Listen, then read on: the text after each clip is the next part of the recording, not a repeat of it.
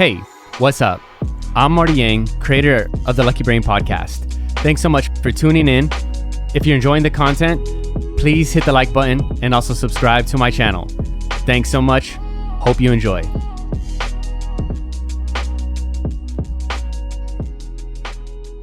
All right, Chris Diaz, Marty Yang. what's the deal, brother? Thanks so much for doing this again. I appreciate it. It's been a long time since we've done this. Yes. What is that, like a month? About a month or something? Yeah. When was the last one? I don't know. I could probably look it up. But yeah, probably about like a month or so. But, you know, I want to have you on again because you're a fucking cool dude. And I appreciate it, man. And I like talking to you. I was shit-faced one night, and then someone's like, have you ever done a podcast before? I'm like, yeah, I did one with, what's his name, Andrew Yang? and I was like, no way. I'm like, wait, hold on. My boy Marty Yang, fuck. I was so shit-faced, all right? If I was sober, I would have remembered your name. Sorry about that. All good. Yeah, so we're here with the Andrew Yang. Just kidding. Well, have you looked into much about Andrew Yang? Do you know who he is? I do know who Andrew Yang is, and say what you want about the guy. The dude has original ideas. That's all I'm gonna say. Yeah. Really original. Who the hell thinks of, that kind of like, political game where it's like, trickle down, it's trickle up, is what he says. $1,000 for everybody. Yeah, UBI, Universal Basic Income, is what the campaign was all about. What he was running on his presidency campaign. Yeah. And, I think with everything in life, bad and good, there's some pros and there's some cons. But the way that when he was on Joe's podcast, the way that he detailed how the money would be paid for, because he said that the cost of giving everybody $1,000 a month would be like $1.8 trillion. So how do you come to that number? Well, he detailed it in, one of Joe's episodes that he was on with. I'm like, oh, okay, I see where that money, at least the majority of it's coming from. And I was like, you know what? His ideas about like taxing Amazon, taxing Google, taxing Facebook for transactions and these things, like micro costs on every click, on every whatever the fuck it is. It's genius, man. I think that's a good business model, and he's a businessman. Exactly. He's an entrepreneur, which a lot of people liked about Donald Trump, because he wasn't a politician, and we know now how corrupt and driven by money the political game is. Well, the thing about that is, like, politicians, it doesn't matter what language they use. If they could elegantly tell you something and still fuck you in the ass, even though they said it nicely. You know what I mean? Like, they say the message was brutal, but the delivery was kind. That whole thing. I just like how innovative he was. It was very different. Yeah, it was very unique, and I think he could have got those middle votes. You know what I mean? The people who are stuck in the middle. Now, granted, I mean, I'm not gonna say like if I would vote for him or not. It's just not my style.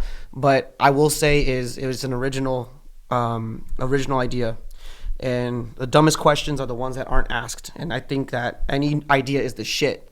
Like, bring it to me. I want to hear every fucking idea, even if people call it stupid. I still want to hear it. Yeah. I want to know. You know what I mean? But yeah, Andrew Yang was cool as fuck, dude. I like him, man. He was cool. Yeah, I liked him for the presidential campaign. Yeah. But he's gone on, and I don't know if he'll run in 2024 or whatever. But again, I like his ideas, and that is very important to me, to have somebody in there that is not so like in the political game, in the political system. Yeah. Because of the way that it turns you into somebody that is looking for re-election, looking for a way to get elected to the presidential campaign or to the presidential seat. Like telling the black community that you carry hot sauce in your purse. Whatever it is. Who said that? Hillary Clinton. That shit was hilarious. She was interviewed on, I think, on The Breakfast Club, which is an African-American radio show. Yeah. And then they said, what's one thing that you can't travel without? She goes, hot sauce. And then it's like, dude, like, just stop. Just shut the fuck up. Hot sauce? We all know you like ranch, and that's it, bitch. She said hot sauce. Yeah, that's random. Yeah, it was... yeah, I don't know, man. Politics in this country and politics in general is a very touchy subject these days. Even like to its core, it is a subject that's going to determine the future for, you know, yourself and your kids and your kids' kids. And I understand the passion behind it, but I don't understand the division behind it, because I think it's very important that we need to find a middle ground. I think we went over this, bro. It's like we need to find a middle ground instead of trying to divide each other. I feel like outrage sells really good, and that's what the media sees. They're like, the more people we get upset, the more money we can make. It's like, no, you fucking moron. That's not how you're supposed to do this. Like the OG liberal would say, which, you know, I am an OG liberal, which is, I don't agree with you, but you have the right to say it, blah, blah, blah, freedom of speech, blah, blah, blah. Well, yeah, we covered that before. But now we're talking post-elections. And I think that's another eggshell-y kind of subject to talk about, because, you know, Trump won't concede, and I don't know. How do you feel about that? About him not conceding? I think it's a little strange, because if you lost, whether there's like corruption in there or not, like how do you like overturn that unless you're able to prove that? And I guess that's what he's trying to do in court. Yeah.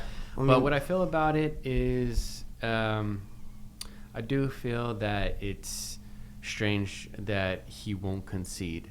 But if I was Donald Trump, I would probably do the same thing too, because you're a businessman who's used to like always getting the deal, always winning, always kicking ass, and he probably hates to lose more than anybody in the world, probably. Yeah. He's one of those guys, and so I can understand why he doesn't want to concede, but I think that inevitably he's going to have to, if, you know, everything turns out clean. Look, I want to wait till inauguration, because that's when it's like official. I know people will like put my feet to the fire. It's already official, blah, blah, blah, blah. But you have to admit, this is the most unique elections we've ever had, like in the history of our country, considering, you know, the virus and the mail-in ballots and how they're still, like, I think counting ballots to this day. And it's like, it's a unique election. We can't just say, you know, cut and dry, that's it, you lost. Because we were supposed to traditionally find out that day. I believe it's November 3rd. We were all supposed to find out that day. We don't. In fact, it looked like he won on November 3rd, and then, you know, the mail-in ballots come in, and then, you know, you see it changing, you know. And I guess I have empathy for people who are confused. I just came back from Arizona, by the way, and I want No, I mean, like, I ain't shitting on, dude. What were you doing in Arizona? I don't know. I have no idea. I just had a really shit week where, like, I was just drinking and just being reckless, and somehow that ended me up in Arizona. Interesting. That's where I got this shirt, in Arizona. What city? At a Walmart. No, just kidding. In Lake Havasu. Lake Havasu, man. And I've never been. It's pretty fucking, it's beautiful, actually, and that whole, like, invisible monster of racism, that's blah, blah, blah, that's such bullshit. Like, I went out there, people were really nice to me. I was walking down, you know, one of the neighborhoods near Lake Havasu, and I just see Trump flag after Trump flag after Trump flag, and then I saw the coolest shit. Just cool in the context of just different, like, oh, wow, look at that, you know. I saw a big white truck that said, fuck Joe Biden on it, and it was, you know, Hillary for prison, and then, like, all that stuff. And I was like, man, I took a picture of it, but I did it quickly because I didn't want to get shot. And I took the picture and I just kept walking, right? Then I just hear a guy come up, go, hey! And he had like a MAGA hat. And he comes up, hey, you, hey! I went, yo, what's up, man? And he goes, hey, Leonard Skinner! Leonard Skinner! I was like, oh, fuck yeah, I love Leonard Skinner, man, thank you. You know? So were you wearing your hat? Or? I was wearing my hat, the same, like, almost same outfit, dude. And look up Ronnie Van Zant. He's a singer from Leonard Skinner. That's a big compliment to me because I love that guy. But yeah, dude, so he was like, ugh. And then I took a golf cart, because people ride dune buggies and golf carts all over, like, the desert and like in the neighborhoods. I took a golf cart to the whiskey distillery, and where they, you know, distill whiskey and shit. It was dope. Okay, so I'm going to the whiskey distillery, right? And I'm like, oh, sweet, you know, like, maybe there's not going to be a lot of people. Maybe I could be low-key. So I'm about to walk in. I take my mask out, and I open the door. I'm about to put it on, and I notice it's packed, and no one's wearing a mask. And I was like, yeah, I'm not going to put this on. I don't want to be squared out. You know what I mean? It's an interesting thing, right? Yeah, it really fucking is. And, like, I did not want to be that guy. Like, they're going to be like, this goddamn liberal wearing a goddamn mask. Yeah. God forbid they see my California tattoo, and then I'm fucked, you know? Yeah. I'm fucking I went to a party, maybe 2 weeks ago, and it was like an underground party. You know, they posted it up on fucking IG or whatever that day, and it was crazy because I haven't been out like that in a long time since the lockdown. Yeah. You know, end of March or whatever. But I was wearing my mask, and there were few people wearing masks, and a lot of people weren't. So I was like, you know, do I take it on? I mean, do I take it off? Do I leave it on?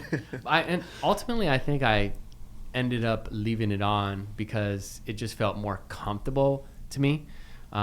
Because COVID, whether you like it or not, is a real thing. Like, people have caught COVID. I know my family members have caught COVID. One of my family members just died from COVID. I'm sorry to hear that. More. As like an after effect. Oh. He probably had underlying issues, which he did, but then COVID, you know, sealed the deal on it. Oh, man. So that is a real thing. Whether the origins are from China or whatever idea that you have where the virus came from, it's real. It's real.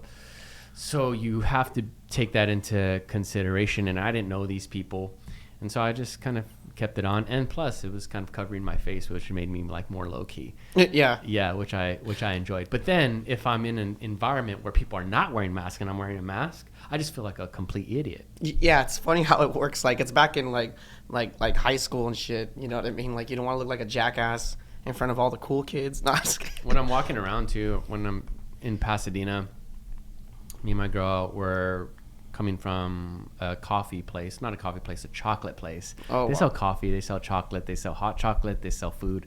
It's called Amara's. Have you ever been? Not really. It's in Old Town Pasadena on Raymond. It's really good. Okay. If you haven't checked it out, you should definitely check it out. And please sponsor the Lucky Brain podcast. Yeah, maybe I can like wear an Amara shirt or something like that.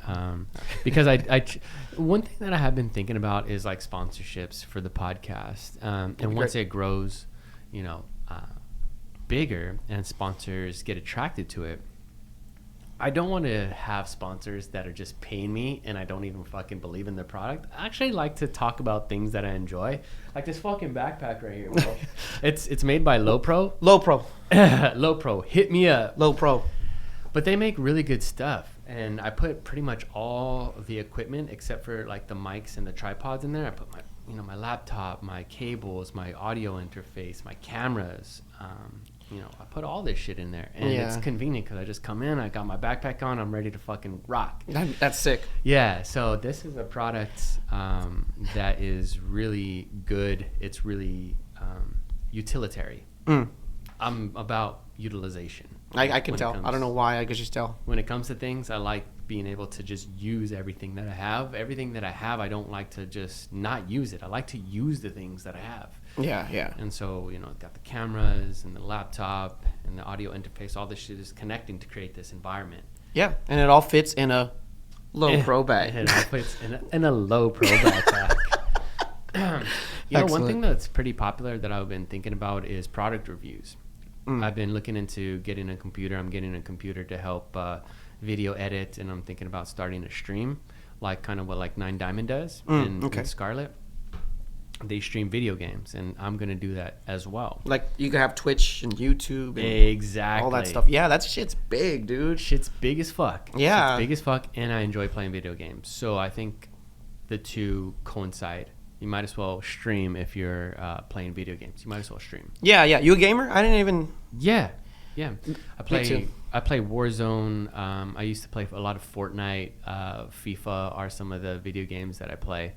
And I just love them because it's almost like a simulation. Like, you're going into this like game where you are getting more and more immersed in this virtual like reality. So you get like emotionally invested in shit too. Oh yeah. In your character, especially if it's like an RPG.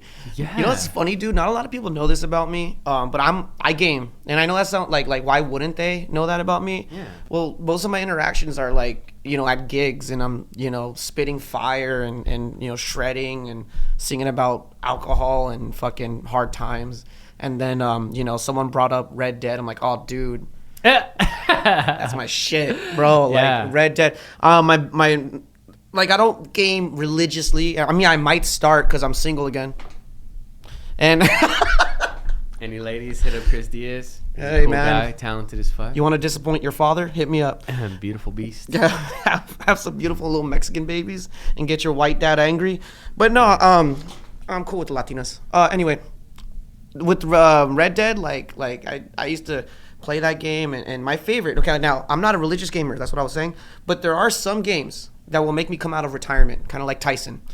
I will come out of retirement for anything by Rockstar. Okay, Grand Theft Auto, Red Dead. I will come out of retirement for any new Resident Evil game.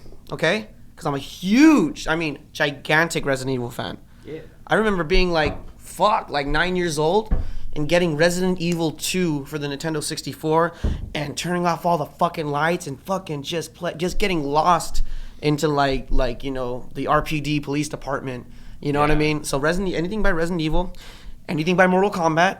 Okay, that's my combat fix. Oh yeah. And as a guy, you have to have a sports game somewhere in your life when you have your boys over. And if you want to make it really interesting, throw some money down and play some Madden, dude. Hell yeah. That's what I do, and that's as far as I go when it comes to gaming. Yeah. So yeah. Well, Red Dead Redemption is a game I never played. Resident Evil I played back in the day. Really cool. Like, you just wandering around this world, like thinking about when are the fucking zombies or when are these zombies gonna appear. Yeah. And it's scary. Like they do a good job. Well, yeah. There's one game most recently that came out maybe about 6 months ago or something. It's called The Last of Us 2, and it's only for PlayStation.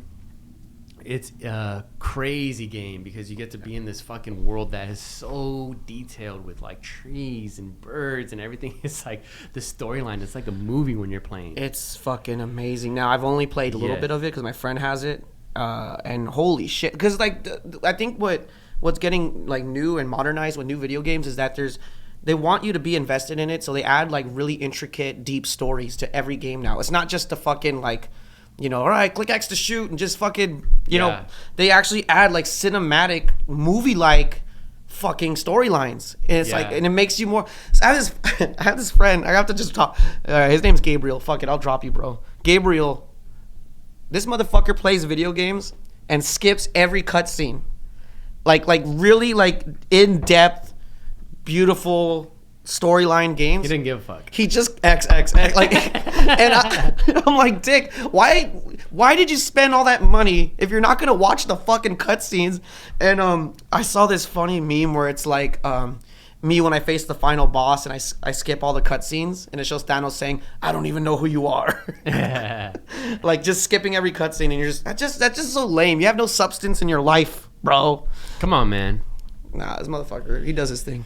Yeah, I get it, just wanting to move forward and play. But part of it is, most of it, like what you said, is the actual storyline of the game and what the company, Naughty Dog in this case for Last of Us 2, put so much time and effort in.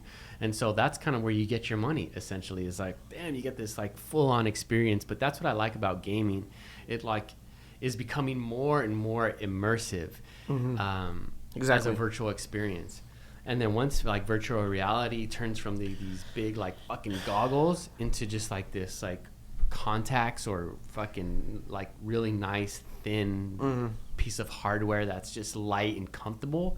Oh dog, it's on. Dude, it's on. Bro, I'm glad you brought up that contact shit. Have you seen Black Mirror?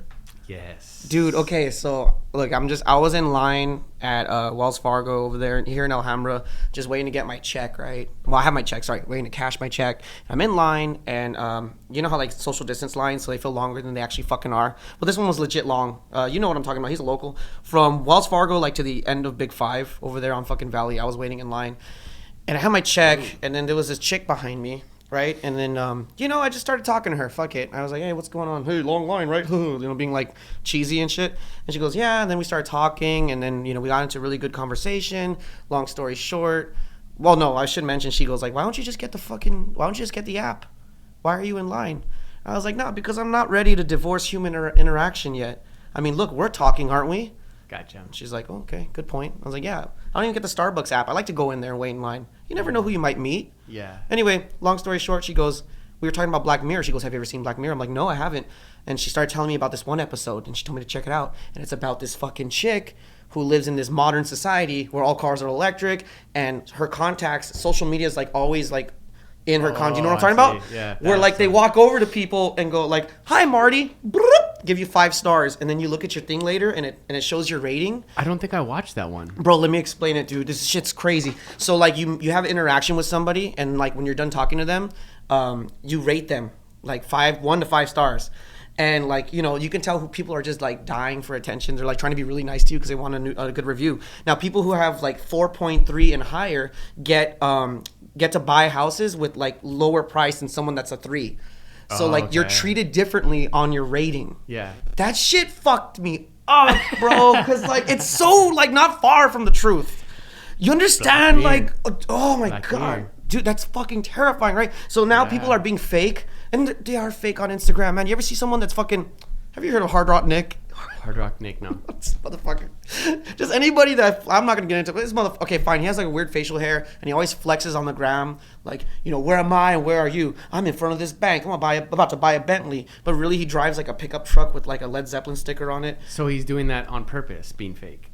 Well, I don't know if it's on purpose. Well, he wants to flex. You know what I mean? Flexing. Like you go to like a you see people posing in front of cars that aren't theirs, and they just live for that like, because I feel like a like sends out like some kind of dopamine.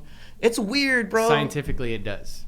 It does, right? It hits dopamine responders, the like. Yeah. So this exactly, and this whole episode is basically that, and what the world is like that, and like I'm not gonna spoiler alert or whatever, but if you get in trouble. Like, let's say you break the law, they could they momentarily put your rating down a whole one down. Like if you're at 4.8, you go down to a 3.8 because you broke the law, and it lasts for 24 hours. And they're like, oh my God, like it's the worst thing that ever happened to them. Wow, yeah. I mean, I can feel that. I've been thinking about this a lot lately. I've been trying to create and do the podcast based off kind of course of what I'm feeling and what I like to do. But I had this episode where I interviewed a pretty big person. His name was Adam Ivy, and he's a music marketer. Shout out to Adam Ivy if you're watching this. You're fucking dope. But he was saying that, you know, don't only create for yourself, because what are you creating for? Yeah, it is for self-expression, for sure, 100%. But what are you playing music for? It is for you and what you guys like, but you want other people to fuck with it so they can come to your shows, or they can, you know, stream your shit, whatever it is. So you have to have that target audience in mind. Like, what is the customer? What is the consumer needing? And I've been thinking about this a lot, but it's a delicate balance. It's a delicate balance, man, because if you're just like living for other people, thinking about like posting and what they'll like, sell out, you're gonna fucking go crazy. You're gonna go crazy. You're gonna lose your shit because you're used to getting 1 million likes or 100,000 likes, and now because you're posting what you actually feel, now you're only getting 10,000 likes. Mm-hmm. Or like let's scale it down to like people like in our kind of sphere. You know, instead of getting, for me, like on posts, I don't get very many likes at all. So, you know, say if I post something, I remember I posted something of my girlfriend's ass, and then she was working out and she was doing kind of like deadlifts or something like that, and it's the most views that I've ever got ever. I'm pouring my heart and soul into like all of these fucking posts about like being like inspirational and about love and about being a good human being. And then I post one quick like snippet, a minute video of my girl like doing deadlifts, and it blows the fucking roof off everything. Sex sells, that's for sure. Okay. Oh, I just wish it wasn't like that, but it is what it is. It is what it is. Sex sells, and but I guess the point that I'm trying to make is like you've got to find that balance to where like you're creating from your genuine inspiration, but also it's catching the attention of other people as well. I think you need to find that delicate balance. This is true. Oh my God. Well, in my experience and people that I've been associated with, who happen to be female, it's like it's kind of fucked up because like their whole base, and I know female musicians, and one in particular that I'm talking about, where like her whole like Instagram is, you know, just saucy pictures and you know, all that titties, ass, and here's a song I wrote, and it's like, oh, sad. No, I can't. It's like, dude, you can't necessarily. I don't feel bad for them. I'm sorry. You know why? Because you know what you were doing posting those fucking pictures. You know what kind of audience you're drawing posting those pictures. If you're genuine and you really want people to listen to your fucking music, you don't have to do none of that shit. You post a song and you hope for the best.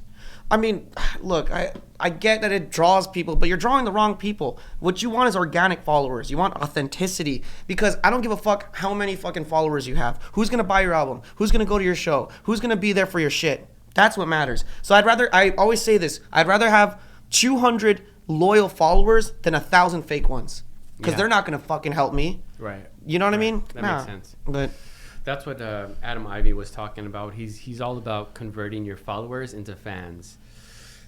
That's a big one, because your followers, people can have many, many followers, but that doesn't ultimately in the end mean shit. You need to convert them into fans, people who fuck with you heavy. And so when you're creating from your authentic self, the people that are going to connect with your post, maybe, you know, you get just a small amount of likes, but for whatever reason, I want to talk about this too. People will view your shit, like I'll get like 100 views or 200 views on some videos. Yeah. But then the video will only have like 10 likes. It's like, all right, these people who are viewing my shit, I'm sure more than 10 of you motherfuckers like this. So why aren't you liking?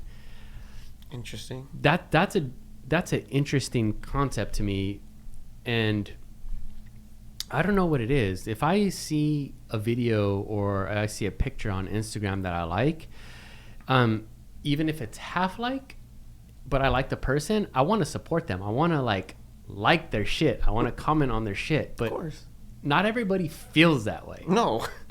Not everybody is supportive. Yeah. And I'd be interested to find that out. Like, what's the conversion rate? Because if I'm getting a video with, say, for example, 100 likes, and there's only not 100 likes, 100 views. 100 views. But there's only, 5 likes on it. You're telling me out of the 100 people that viewed this video, only 5 people liked it? And it's a fucking click. It's a fucking click. That's it. All you bitch ass motherfuckers like my shit. You don't even need a fucking mouse in this day and age. You put your fucking finger like that. Yeah. That's it. I feel like there's something to that. Maybe I don't know if I'm doing something wrong. I can give you my theory. Yeah. I think it's the hashtags. Hashtags. Yeah, because if you're really trying to get yourself out there, you put hashtags. That's like the thing. So maybe that hashtag that you put, somebody follows that hashtag and just saw it for a split second and just kept going. There's also that. And that counts as a view, I believe, when they see it and then just, Yeah. But even then, fuck you, like it. Like it, I feel the same way. I have this hashtag generator thing. It's really cool. It's called a tag with an E at the end. You should get it. You just put like a keyword and it gives you like a shitload of hashtags. Ooh. And you copy it and then you just put it on about that. Damn, this is like a business. We're talking about business now and social media marketing. Dude, you should talk to Michael, man. That motherfucker knows his shit. I always respected that about him when it comes to all that shit. I don't know. I'm just a talent. I just play guitar and look like a dickhead. But there's all this stuff that you can do. But yeah. But then when it comes to asses, forget about it. Yeah, the sex definitely sells. And I follow some Instagram accounts that just like post pictures of like badass bitches, titties, ass. And why is that account so popular? Because sex does sell. It seems to be the main thing that sells. Well, which dude? Okay, so women that get the most followers are probably like hot and they share all this shit, their body, right? But how does a man get like a bunch of followers? Now there could be a branch of maybe like an attractive guy that all the girls want with like a 6-pack, with like a fucking 6-pack. He's and built. And whatever like that. But then I think what's more attractive to the females and to us, to be honest, is successful men. Like, because I look at like successful dudes that are like that have their shit together, and I'm like, man, I want to get my shit together, and I follow this motherfucker, and I'm like, man, look at that, he's fucking in a private jet, like if I follow a musician that I really look up to, but that's how we get them, I guess. But you could be a bag of shit internally, but if you have tits and ass, you'll get a bunch of followers. Right. That's where it's different. You know what I mean? I hate to sound sexist, but it is what it is. Yeah, that makes sense. I don't know what to do with that. I'm sorry, ladies. I just, that's what it is. I mean, Yeah. God bless you, man. Well, that's the dynamic of like what we were talking about kind of on the last podcast about the kind of person who, say for a man who's like 5'2". Oh yeah. We're talking about that. But if he's successful, bitches will like him. Exactly. Yeah. I think you used that as we were saying, yeah, but I don't know. It's just different. It's just different for both of us. You know what I mean? And it is what it is. It's the way of the world. Yeah, mating strategies we're talking about this on the last podcast. We always seem to like come full circle here. Yeah. Like, I don't know if we're just sexually frustrated men. Nah, I'm fucking around. Marty's doing good for himself, right?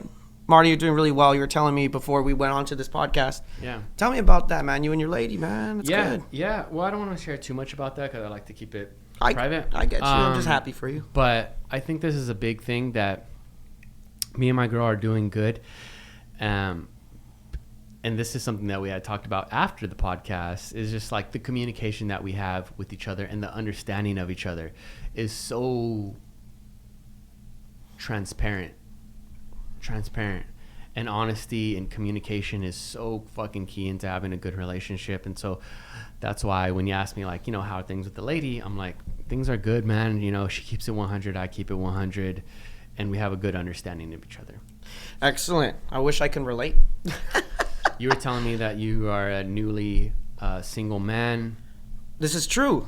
Yeah, no, I mean, let me see. Where do I start? I don't want to because I'm not that type of person. I want to, don't want to be that type of person that puts it all out there and of course uses names and this and that. But one thing I will say is I never understood people in toxic relationships because I'm like, just fucking leave. She's this and that. She did this to me. She makes me feel this way. I don't. I'm like, well, then just leave. And then they're like, oh, I can't because blah, blah, blah. Or they say they are going to leave and they never do.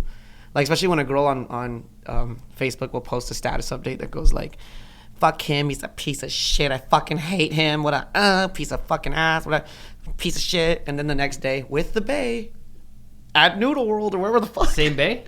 Like the next day with the bae, I'm like, I always toxic. It drove me nuts. Like, not understanding why won't you just fucking leave?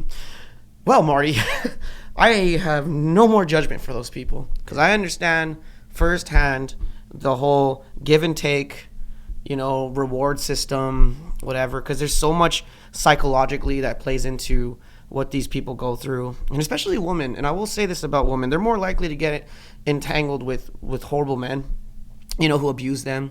The whole trailer park trash culture where, he gives her like a black eye and goes, hey, you only have one, let me match that for you. You know what I mean? Like shit like that. And sorry. And then like the girl will finally get the balls to call the cops, and the cops show up and they're about to arrest them. She's like, no, wait, I still love him. You know what I mean? So, and I always be like, look at these fucking idiots, they're morons. But I think about it, it's like there's so much more like to it than just what we see.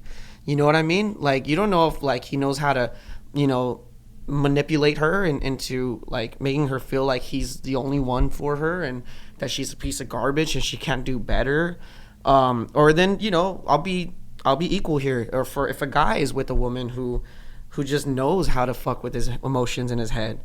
You know what I mean? That's a woman's superpower is to get us, somebody who could literally clobber you over the head and just in one hit. With a fist. And just take you out.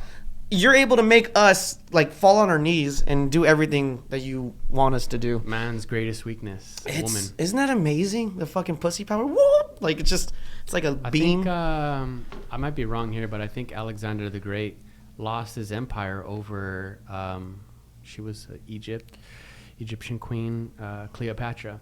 Oh. I think Cleopatra fucked him over. I think my history might be wrong with that, but Alexander the Great fucked over by Cleopatra.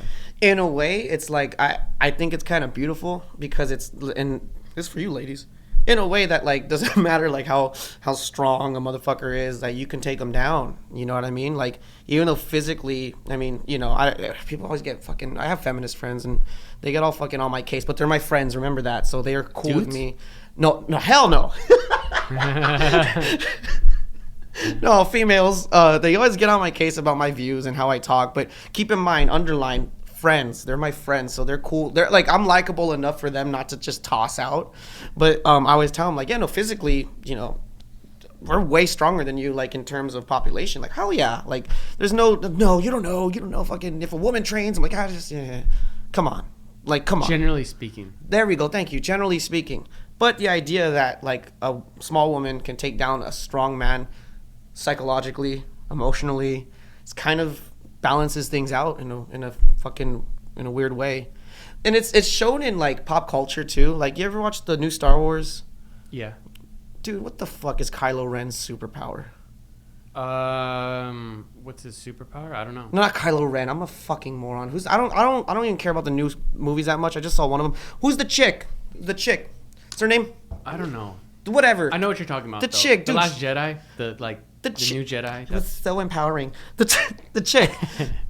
So she's like captured by the dudes, and she's like tied up, and she doesn't know how to use the Force, so she's all tied up and shit. And the dude's walking around with a gun, and then she goes, "You are going to drop the gun." He goes, "Okay." He drops it, and you are going to let me go. Oh, right away. And he lets her go, and you're gonna stay right there. Okay, ma'am. And he just smiles and she walks away. I'm like, that's not far from the fucking truth, because this dude has a gun. He's a man. She's tied up. But she was still able to talk to him and to get him to fucking, you know, let her go. The Bible, Adam and Eve, okay? The dude, they had everything they ever wanted in the Garden of Eden. And the chick, you know, she goes, just get a fucking apple. Fuck it, let's try it. Dude's like, no, I can't, you know? Adam's like, dude, no, fuck that. And she ended up, you know, it ended up being the fucking woman's fault. Yeah. Women have this power of, like, seduction. And I read this book...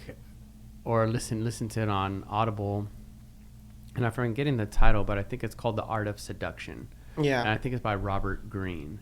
I think that's what it is. And he was talking a little bit about the Cleopatra story, or one of these really powerful men. And it's just like the way that they're able to seduce and use their words and emotional intelligence to get what they want. Yeah.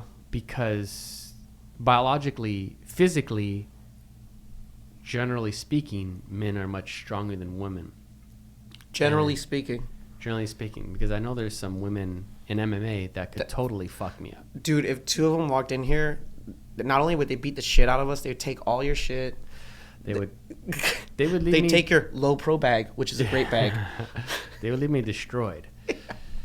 But generally speaking, that's kind of the way that they use their advantage. Because when you think about, like, human beings in general, the way that we survive is, like, by trying to, like, gain the advantage, whether it's over an animal that we're hunting or gain some power over another person in the tribe. Mm-hmm. Like, just generally speaking, the way to, like, get ahead is to become smarter, become stronger, become faster, whatever it is. This competitive advantage that we need in order to keep on evolving is just something that seems to be inherent with human beings. In one way or another, right? Whether it be by force or by intellect. Yeah, man. And I think women, when it comes to power and when it comes to getting ahead in life, the way that they have to use their shit is, like, by seduction, like sexual seduction or emotional seduction. Well, break it down to... They got that. Break it down. And like, I love using high school as a point of reference for how we are as humans. I know it sounds weird because high school, we haven't figured it out yet. Our brain hasn't fully developed, but we're at a very developmental stage where, like, I think we're in our purest form. You know, you got fucking hormones and trying to find out who you are as a person. And okay, so the men take over with force. That's why the whole jock culture happens, right? And then women are all about social circles and people that are around them. Their attacks are more on their reputation, and men's attacks are more like physical, throw you in a fucking locker. You know what I mean? So I think that kind of plays into, like, now, you know, when you get older. I mean, granted, it's kind of toned down a little bit, but okay, look, so I've noticed I have a lot of Facebook friends and shit because you do music, it just, you know, it just adds up after a while and you see everything, whether it be like someone I met at a bar or someone, you know, when I was at, like, you know, a gig in a backyard. I see everything, and it's not my favorite thing to see, but it is entertaining. You ever see when someone gets exposed on Facebook or, like, Instagram for, like, either cheating on their partner and it's always the chick. I don't know if you've noticed it, but they're the ones that put it up there like, fucking, Marty fucking did this to me and he did that, and then they post it all out there to ruin your reputation because that's all they got. You know what I mean? That's all they're gonna do. I see. And I've had my own personal experience with that, and it's pretty fucked up, but it happens, and that's kind of like how it's done. But with us, it's like if the shoe was on the other foot, it's like, who'd you sleep with? All right, I'm gonna go beat his ass. You know what I mean? It's different. Yeah, it is different. Men and women are different for sure. Anyway, in conclusion, in conclusion, men and women are different. I'm not saying one is better than the other, because that's true. Men are better for sure. Come on, man. I find happiness so easy. They don't. I could fucking look, dude. See that TV? See that chair? Give me a fucking PS4 controller. I'm set. I'm good. What the fuck else do I need? Yeah. What do I need? Do I need cucumber water and the Lifetime channel? All right. You can keep that if you want. I'll keep it. My thought is, my thought, and I think you're joking, but my thought is, I am. Yeah, my thought is that women and men, when it comes to the value of who they are as a human being, equal. Yeah. But when it comes to physical attributes, when it comes to emotional attributes, we're not equal. We're not equal. Like, men are better in some things, and then women are better in some things, and I think that's a truth. Yeah. But the point that I was trying to make right there, I don't know what the point was, but we were talking about dudes, like differences in the species, differences between men and women, and it's a beautiful thing because I think we counterbalance each other. It is nice, right? I think we counterbalance each other. It is cool. Yeah. I mean, because like I said, where we lack, they deliver, and where they lack, I'll tell you deliver. what, and I can speak for myself in my own relationship. The balance is super important. That balance of like, okay, so, the typical man does this and the typical woman does this. But I think ultimately that shit, the typicalness, the generalization doesn't matter. It's like, you got to find that balance when it comes to a good relationship of, like where do you balance out? Because they say that opposites attract. And I think this is very true. Opposites do attract. It attracted me to my girl. But when it comes to like staying together, when it comes like attraction versus like staying together, that's a different subject, because opposites do attract, and you got to find that counterbalance. But when it comes to staying together, you got to kind of find that middle ground. Oh yeah, dude. It's a lot of similarities need to be in place. Dude, have you ever heard of Patrice O'Neal? Yeah. He's one of my favorite comedians of all. He is my favorite comedian of all time. I'll say it. If it wasn't for that guy, I wouldn't be half the man I am today. He said, getting a woman is hard. Keeping a woman is easy. Interesting. And then for the woman, it's different. It's getting a man is easy. Keeping a man, it's hard. Okay. Elaborate. Explain it a little bit. Well, okay. In my personal experience, I mean, he doesn't like continue what he just says that, and I had to like figure it out on my own. Like, okay, we were talking about, going to a bar and getting on a girl. It's a hard task for a man sometimes. You know what I mean? Especially if. Oh yeah, it's not by the percentages. It's not good. Yeah, I can't, dude. If I go over to a girl and just be like, hey, you know what? Let's go. Let's date. Let's do it. Let's go. And then let's fuck. Let's fuck right here, man. Right here, dog. Right here in this bush. And then let's go, man. Guys will be down like probably about like 90% of the time. You want to fuck in a bush? I would say 95, 96. Look, let's do it. No, dude, I have to go over and be, like cordial. Talk to her for like a good 45 minutes. Pretend to listen. Like, that's so hard to do. Like, pretend to care. Oh my God. So, no, but real shit. So getting was hard. But then once like you feel like she feels connected to you and you guys hit that level, then it's good. It's kind of like easy, because like you've already connected on that emotional level. So it starts with small talk about nothing, and then it ends with something really deep and personal. And now that you've broken through that wall, then it gets kind of easier. It's like, oh, I can go to Marty now to talk about all my emotional things, or like, what happened to me at work today, and how like, my childhood and whatever. So like, okay, so that's the hard part, and then the easy part is keeping them. So then for a woman to a dude, it's like getting us is fucking easy. It's ridiculously easy, dude. Like literally, you can make like a woman who's kind of cute can make like the grossest like grunt in the world and just and we're like, oh, she's kind of cute, and then she can get us. But then once she gets us, keeping us, that's where the fucking mission comes in, because it's like, okay, you had me, but I don't know, like, I don't know where this is going, and there's more women that I would like to see, and this and that. So that's where the hard part comes in. That's where she needs to prove, like, you know, like, okay, why is her worth? Because if all she has is her pussy to give me, then that's all I'm gonna want. I see. You know what I mean? So that's just kind of like how he explains it. And granted, I mean, I don't religiously follow that mentality or whatever, but I understand like what he was trying to say or what he said. So yeah, with that knowledge, I mean, take it with you. I mean, I do. I see. Yeah. Okay.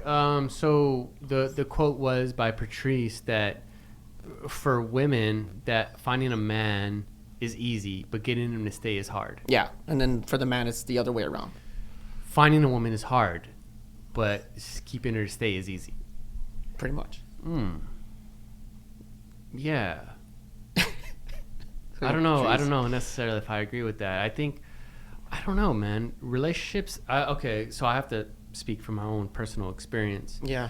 That finding a woman. So Patrice believes that finding a woman is hard, keeping her to stay is easy. Pretty much.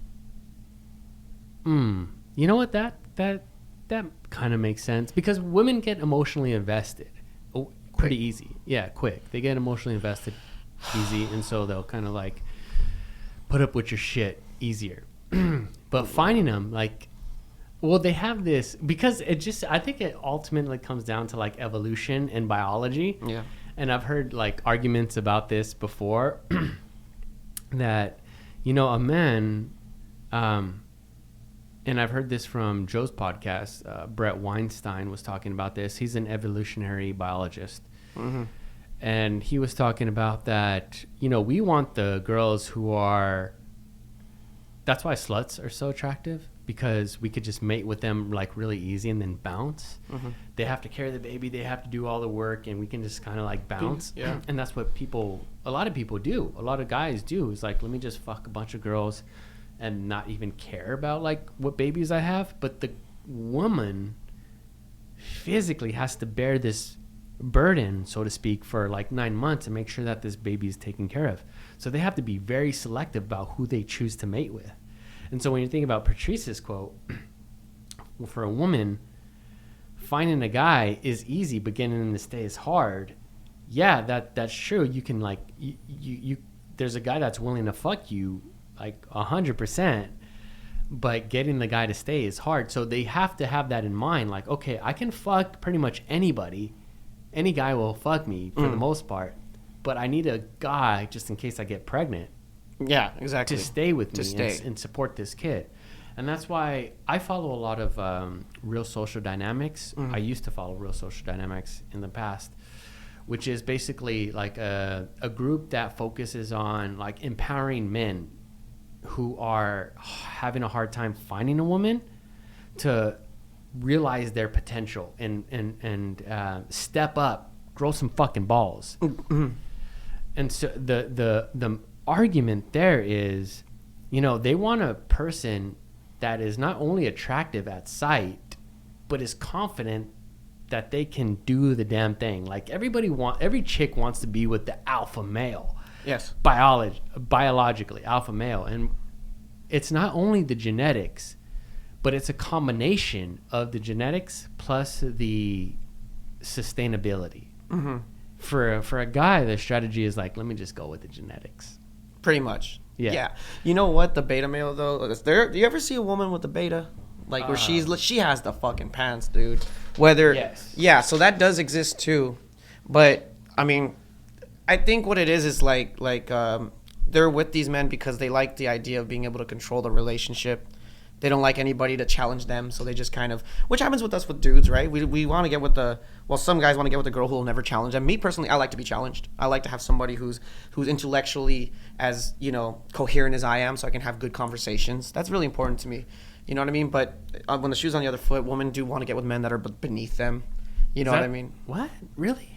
Sometimes you have to have seen it. Like so I'm in the music business, and I'm not gonna say which band, but there's a female drummer who like probably can punch just as hard as I can, and, you know, and she has a boyfriend, and I've never seen this before, but she has her arm around him. And he's just it's the greatest thing ever, dude. I was at the House of Blues, and then they just finished their set, and she just was like, you know, like, and he's this dude with a little bit of facial hair. He looks like a hipster. Fuck them. He's just kind of like this. So she likes a beta male. I guess so. I guess there are some out there. Like, okay, so I'm glad That's we're weird. transitioning into this underlying transition.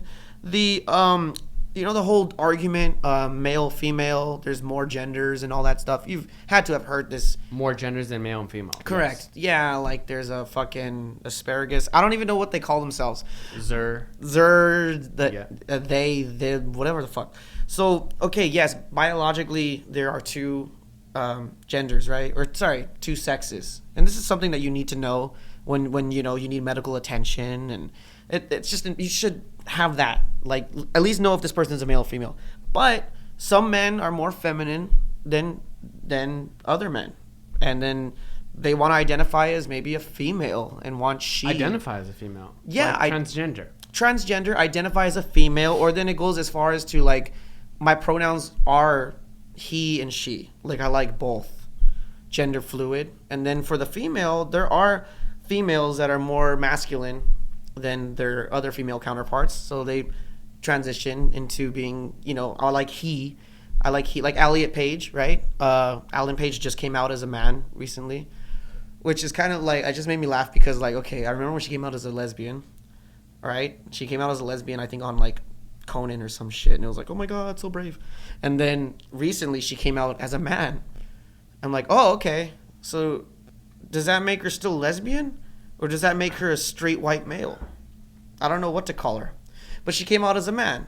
So like, come on, we've met females that are just masculine as fuck. I have, right? Where they're just super, like, they're on their game, like they work on cars football, and shit. Work on cars. But they're straight, but they're more masculine. Then there's, you know, feminine guys who are straight but kind of dorky, and so this is that couple. Yeah. Pretty much. which is but I'm just saying, like, they have all these different genders for that shit, and I don't know where to go with that, but I'm cool with it, man. If you're happy, fuck it. You want to identify as a fucking, like I said, a fucking asparagus, I don't give a fuck. Just be happy, you know. But ultimately, yeah, dude. So like, that's why the beta males, and then there's the alphas, and then all that shit. Yeah, well, that's an interesting conversation between like alpha males and beta males. I always find that conversation really interesting. You know, sometimes I feel like I switch back and forth because I've been in positions to where I am feeling like the alpha male, and then I've been in positions to where I'm feeling like the beta male, and then both of them kind of seem okay at the time. Like, I don't feel like positive or negative extremely in one way or the other. I feel like maybe it's an ebb and flow, and I've heard this from other dudes as well. It's like, yeah, other times I'm feeling like really like I'm the shit, and other times I'm feeling like really like I feel like a piece of shit. So the shit to piece of shit. Yeah, I feel like this shit as an alpha male in this situation, and then as a beta male, I feel like a piece of shit in this situation. And for me, I feel like both of them are acceptable, because I don't feel like confidence ultimately is what it's boiling down to, because we were talking about it before. A 5'2" dude, how could you ever consider this dude an alpha male? 5'2", already at odds. You're like, unless you're some super fucking athlete like Demetrius Johnson, who is an UFC, a former UFC fighter and now a one championship fighter, who's like 5'2", 5'3". Fucking Mighty Mouse, dude. Yeah, Mighty Mouse. How could you ever feel like a fucking alpha male if you're that tall and you're not Mighty Mouse? You know what I'm saying? Yeah. But there's, you know, I don't know many. Have you been to East LA? I haven't been to East LA. Why do you say that? No, because, you know, us Latinos we're not the tallest dudes in the world, but god damn it, man, we walk around like we're fucking 7 foot, It's my block, Holmes. You know, like. But that's the thing. It's if you're an alpha male, I think the confidence is where it comes into play. Absolutely. Not false confidence, like absolute, like true confidence. Like I'm gonna be able to fucking handle myself in no matter what situation it is, physical, emotional, fucking intellectual, no matter what it is. Like let's go. Like this is just how I am. Yeah.